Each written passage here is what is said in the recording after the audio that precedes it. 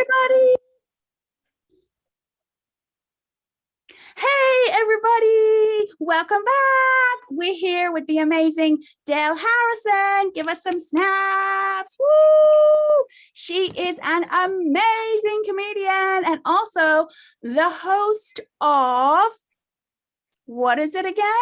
Let's Talk Hair on Fox Soul and Uplay TV show on YouTube. Woo! So she knows all about the YouTube platform. Those of you who are here because of her, welcome. We are delighted. Please subscribe. Right, Del? Please subscribe. Guys. Like and subscribe and share. Right, we're going to share some of Del's wisdom today, and we're going to kick it off with the first question. How would you describe the taste of a banana to someone who's never eaten one? I would say the banana is, my dog is actually describing it right now. And you know what? I would taste it based on her description just now. Here, bunny, here. Good, look what I got for you. Right there. You cannot introduce her and not show her to everybody. Come on now. She has got to be part of the show. Okay, we got to show her at the end because I just gave them a little bone that they can have during this interview so that we can get back to our pee. All right. Okay, next question is, when did you have your first existential crisis as a child? Existential is such a phenomenal word. I think I'm gonna need to break that down, the Latin. Okay. As a child, existential crisis as a child. Oh, I know exactly when I had it. When my mother moved. My mother has always been in school since the day I have been born. Since the day I was conceived, actually, she loves school so much. In fact, now she's the dean. But when I was 7 years old, she left me with my grandma, moved, and that was a huge crisis because I could not understand why I could not be with her. Now I'm like, thank God I couldn't be with her. Because, a young woman in school in a town that doesn't know anybody, I'm safer with a town that, my entire family is there, but, a child doesn't know that. So that, I would say that was my first one. And where did you grow up? New Orleans. New Orleans. I moved from New Orleans and I moved with my mother when I was 15 and to DC. And then I moved to New York, after that. So, quite a childhood. Would you say that you made a decision of how you viewed the world after that occurred? Did you feel abandoned? Did you feel like you didn't want to trust people or give your heart to people anymore? I would say definitely felt abandoned, and I also used to feel this resentment toward authority at one time. Those I've spent, so much unpacking, who I am as a person and why I feel that way. But I know it was a lot of resentment toward authority, felt alone a lot, because I'm also an only child. So, only children, we are loners and all we have is our parents. So, and every house you visit, it seems like it's 7 of them and 1 of you, but I think, abandonment was what I had taken away from that situation at the time, feeling alone. And did you isolate further, or did you try to make more friends or have more people around you so you wouldn't feel the sting anymore? I had people around in the public. In the private, is where I felt the feelings of isolation. So, when I was around people, it would be, of course, I always took this persona on. I would be shy until I get to know them, Mhm. and then when I get to know them, it's like boom, bang, boom. Here's this way personality. And then, I think I covered those feelings with the friends, but just I remember being in therapy one time and just, always feeling that alone feeling. And how old did you start therapy? Oh, um it wasn't until my 30s that I started therapy. So And then you had a chance to look back and look uncover back, and discover yeah, some of this yes, behavior. yeah. That behavior that you're holding on to unnecessarily, because you just packed up a little bag and then you just like, oh no, no, no, guys, where's my worry? Where's my loan? Give me that bag. Let me leave my suitcase over here, guys. I got bags, guys. I got bags. And what happened when you actually put the baggage down in your life? Did you find you had more free time? What happened? I found I find myself actually, since I still have the bags down, I find it that my life has changed. Like I'm talking about, did a 180, like zoom to the things that I wanted to do, Mm, zoom to because you're never uh, the person that you're looking for when you're feeling alone. You're actually just not exploring who you are in the inside. We choose to feel alone. We choose to worry. We choose all of that. And I was choosing all of that. So, once I stopped choosing to feel alone and just like, you know what, I'm about to be cool with myself. Okay, because the thing is, I'll be like, dang, I wish I had some company. And then the minute somebody tells me they coming in town, I'll be like, this weekend? Oh my God. You know what I'm saying? Like, because I've grown to love, like, just waking up, spending time with myself. I don't have to like entertain. It does feel great to have company, but then I feel like, just I can only do this but so much. Yeah. So mm. it's like the alone is not external. It's me filling up who I am in the inside, learning. And once I started like, I mean, and I still do it right now. I still like learn who I am. I journal about myself. Not journal, but I blog about myself and do a gratitude journal. That Mhm. keeps me centered. So do you find that gratitude absolutely shifts your perception of every day when you do it?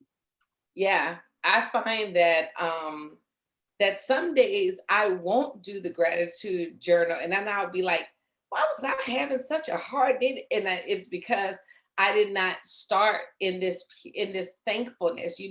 I wake up every morning, I read 3 chapters of the Bible. Normally it used to be like random, but now I read 3 chapters. Like I've started reading the book from the beginning, and Mhm. it is the most delicious story. I love it so much. I love it for its inspiration. But then when I um stop reading it, I will then journal and I'll just be like, thanks so much, Lord. And even now when I don't like get a chance to journal because I'm running late, I woke up late or whatever, I will, if I'm en route somewhere, I'll just take a minute to just like thank the Lord so much for waking me up this morning. Thanks so much, Lord. Did I have food to eat? That like, we have friends that aren't even here anymore for whatever reason, COVID, death, you know, and I just can't thank the Lord enough for me being here to like, you know what I mean? I don't want people being like, she has such potential. Like, no, I want to like live every day and then be like, that old lady's still winning Grammys. You know what I'm saying? Like that. So, I'm grateful that I'm here to have another go at it every day. Changing the perception. So Yeah. when you had that awakening, let's call it that, in your 30s, where you were basically going through, did you find you were making any amends to people or realize that in relationships that, oh my goodness, my whole time I've perceived this person this way and they're not? I'm talking about for a long time, I was on apology tour. You know what I'm saying? It's like straight like, hey girl, I'm so sorry I called you this when we was, 2 years old and Miss So and so's class. hey girl, please forgive me for being so jealous and ornery when you first started comedy. Hey girl, hey girl, if I ever did anything, please let me apologize. You know what I mean? Like, because, it helped. And the thing is, now I started therapy in my 30s, but I really started a journey of unpacking who I am, unpacking, it goes in like phases. So I'm still like unpacking, I'm still learning to, not learning, but like now that I am seeking my higher self constantly, it really helps me to have compassion on why some of the things happen, why people did me things, their mindset on doing the things, Now I still have to work on forgiveness too, because I feel like forgiveness, if I can't let that go, then I can't progress to the things that I want to progress to, because that's a block that's holding me back. I'm like, I can't, you know what I mean? I can't be like, oh, except wait till I'm rich, because she's the holdup on the riches. You know what I mean? I have to like forgive so that I can, transcend to the things that I want to do. So I'm every day I have to focus on that. And in fact, I have reminders on my phone. Mhm. Like one of the reminders at 7 p.m. every day says forgive. Like, and I'll like, sometimes I'm not even thinking of a person, but I'll see the word forgive and then I'll be like, and it'll like, it's some stress that I've been holding in my body that like I'll let go at that when I see that reminder. And I don't know what it is, but I just know the relief that I feel from that exhale is like, oh, I was holding something right there. And then something may come across my mind where I feel like, oh, I was holding that against this person, or I'll have thought of something earlier. But if I don't have any specific thing, it's still that breath that I'm just like, even I just left the doctor's office and, I was just doing some deep breathing up in there, because I will go to the doctor and get a high blood pressure results from just being worried about high blood pressure results. And then I'll sit. Let's just talk about the fact that they decide to talk to you. They're Yes. not supposed to talk to you for 2 minutes. You're supposed Really? to sit for 2 minutes, right? Because you just got up there, you sat down, and they don't do that. They're like, so how are you? Yeah, how have you been? You're like, Yes. right? And they're like, oh, your blood pressure. And you're like, okay, now if you would just, I would have a lower number and I wouldn't have to stay at the end, because when they check you a second time, guess what? They just leave you in a room for like 5 minutes. No, you know what? I actually, I make them check me, but you know what? I didn't even know they weren't supposed to talk to you for 2 minutes, but I will take my 2 minutes and be like, hey, give me a couple of minutes that I can just sit here and breathe and think good thoughts. And then I'll sit there and breathe, because, being at the doctor's office, waiting in the lobby is already like stressful. And then I feel like, I don't know what y'all blood pressure numbers are, because, y'all will be like, you're coming up on blood pressure, sort of high. Why don't we just put you on the medicine anyway? And I'm like, no, it's not high. It's you know what I mean? Like, you will be it's like, a test. It's yes, the only person in the world who I think would enjoy that is your mama. Yeah. A test. No, seriously. Yeah.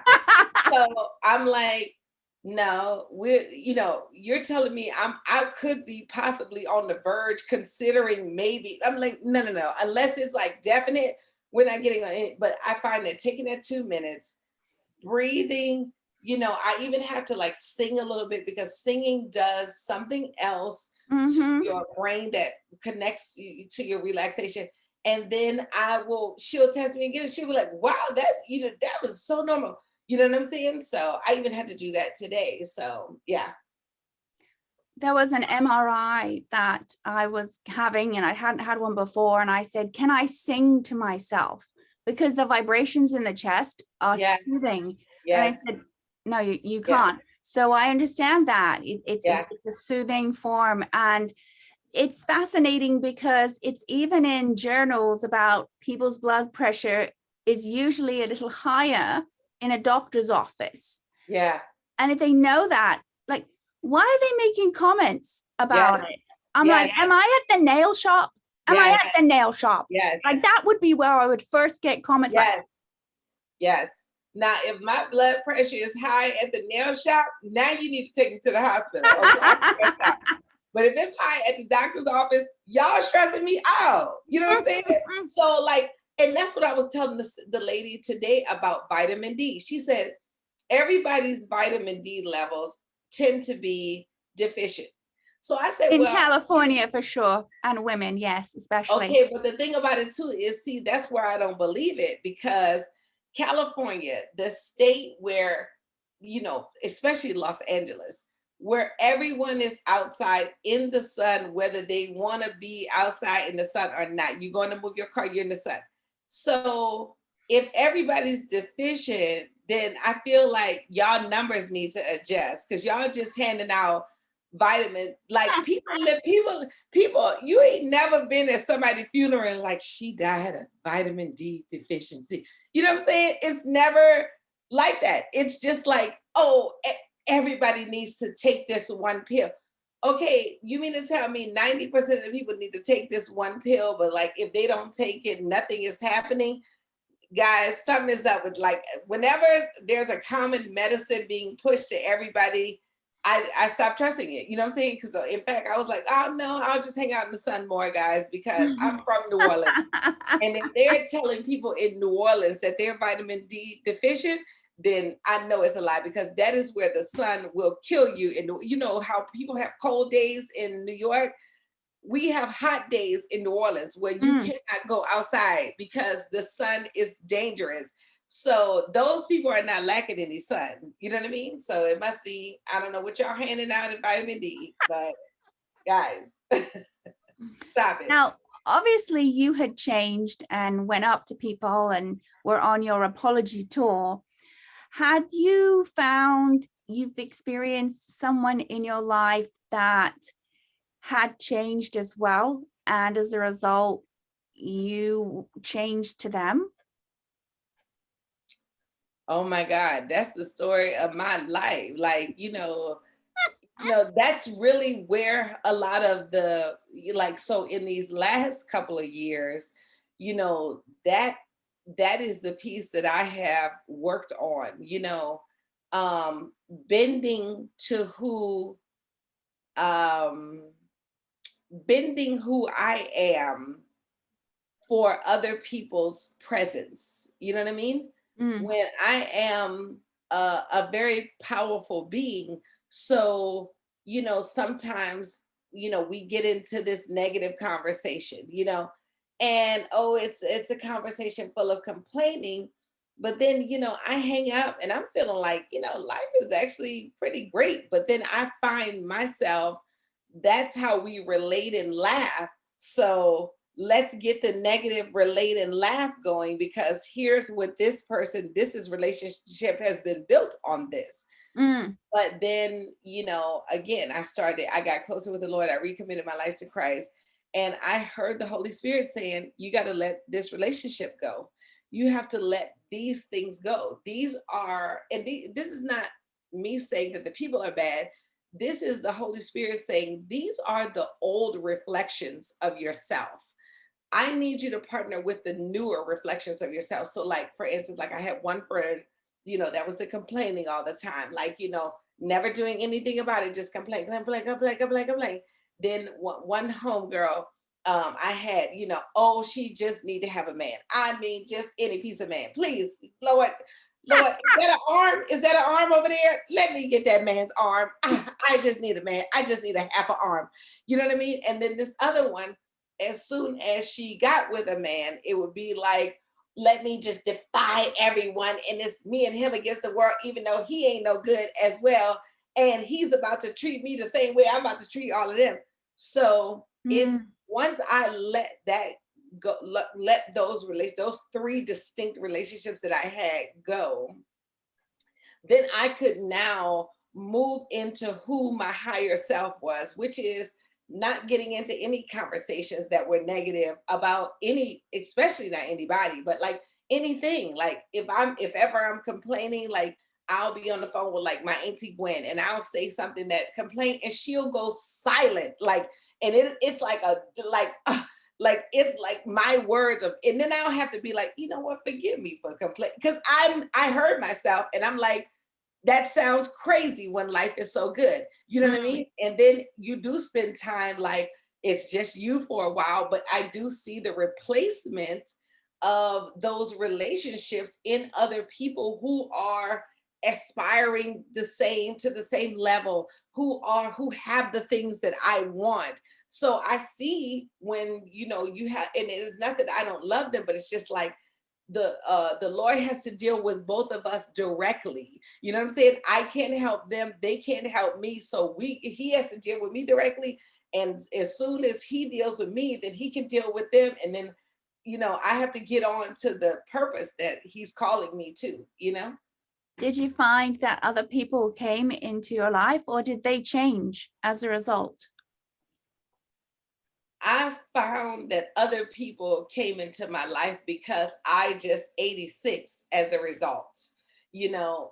Some of it came from like, one person, like where I felt like it was like betrayal. But then I find that even with the betrayal that I think that she has done, I was the exact same way she was at a certain stage in my life. So it's like, I can't even be mad through your growth period, but I don't want to also be in constant contact with my old self. You know what I'm saying? So I never returned to those friendships. In fact, I had a conversation with everybody to tell them why that we will not be in constant company again. And then now I find like when people ring my phone, I mean, minus a couple of people ring my phone and I have to like not answer.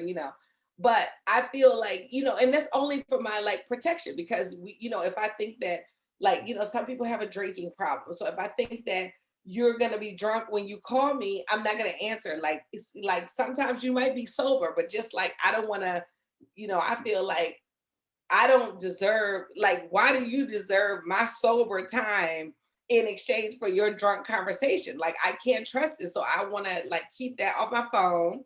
You know what I mean? Like, I want to be like, well, just call me when you're sober. But you think a drunk person is going to be able to distinguish, like, oh, am I drunk?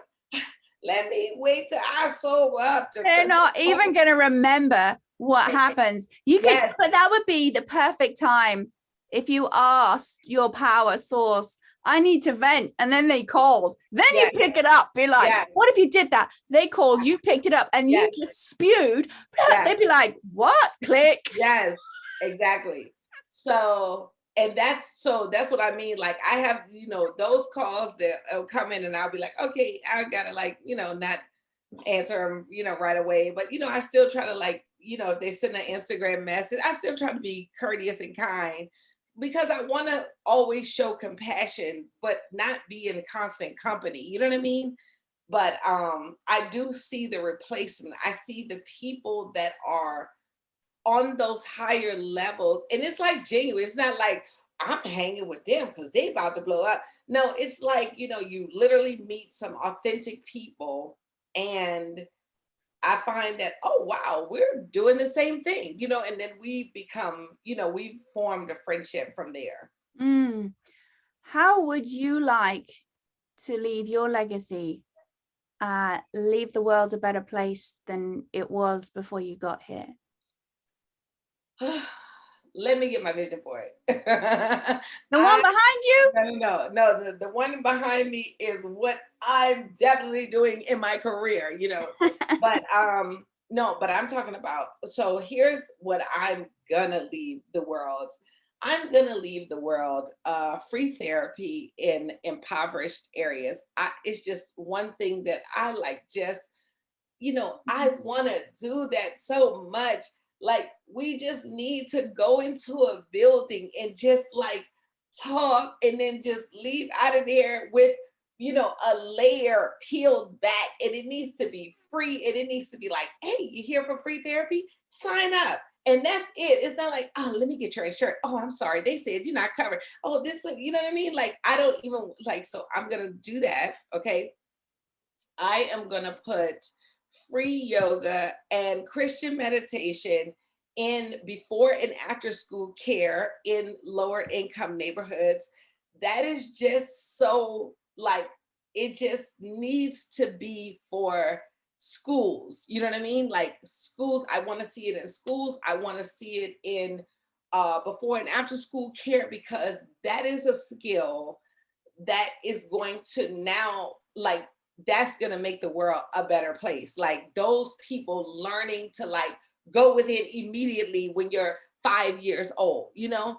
I also am going to leave my, take the, like, I already am carrying the torch for my ancestors, but what I am going to do is restore their land, and we've been left some land as a family, from my great grandparents.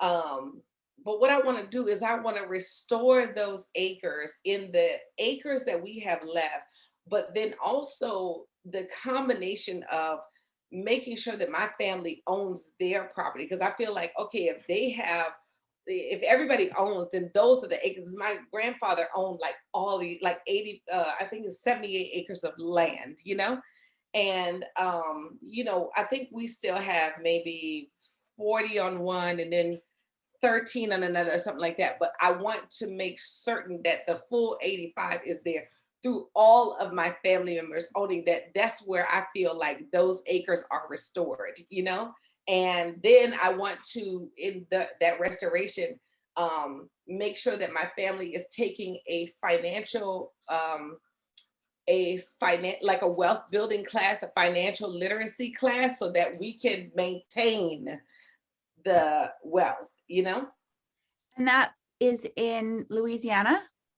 That's all over. That's because, I'm from a very large family. So we all originated in Louisiana, but then, or in Mississippi and Alabama, and then people branched out to like also like basically in every major town.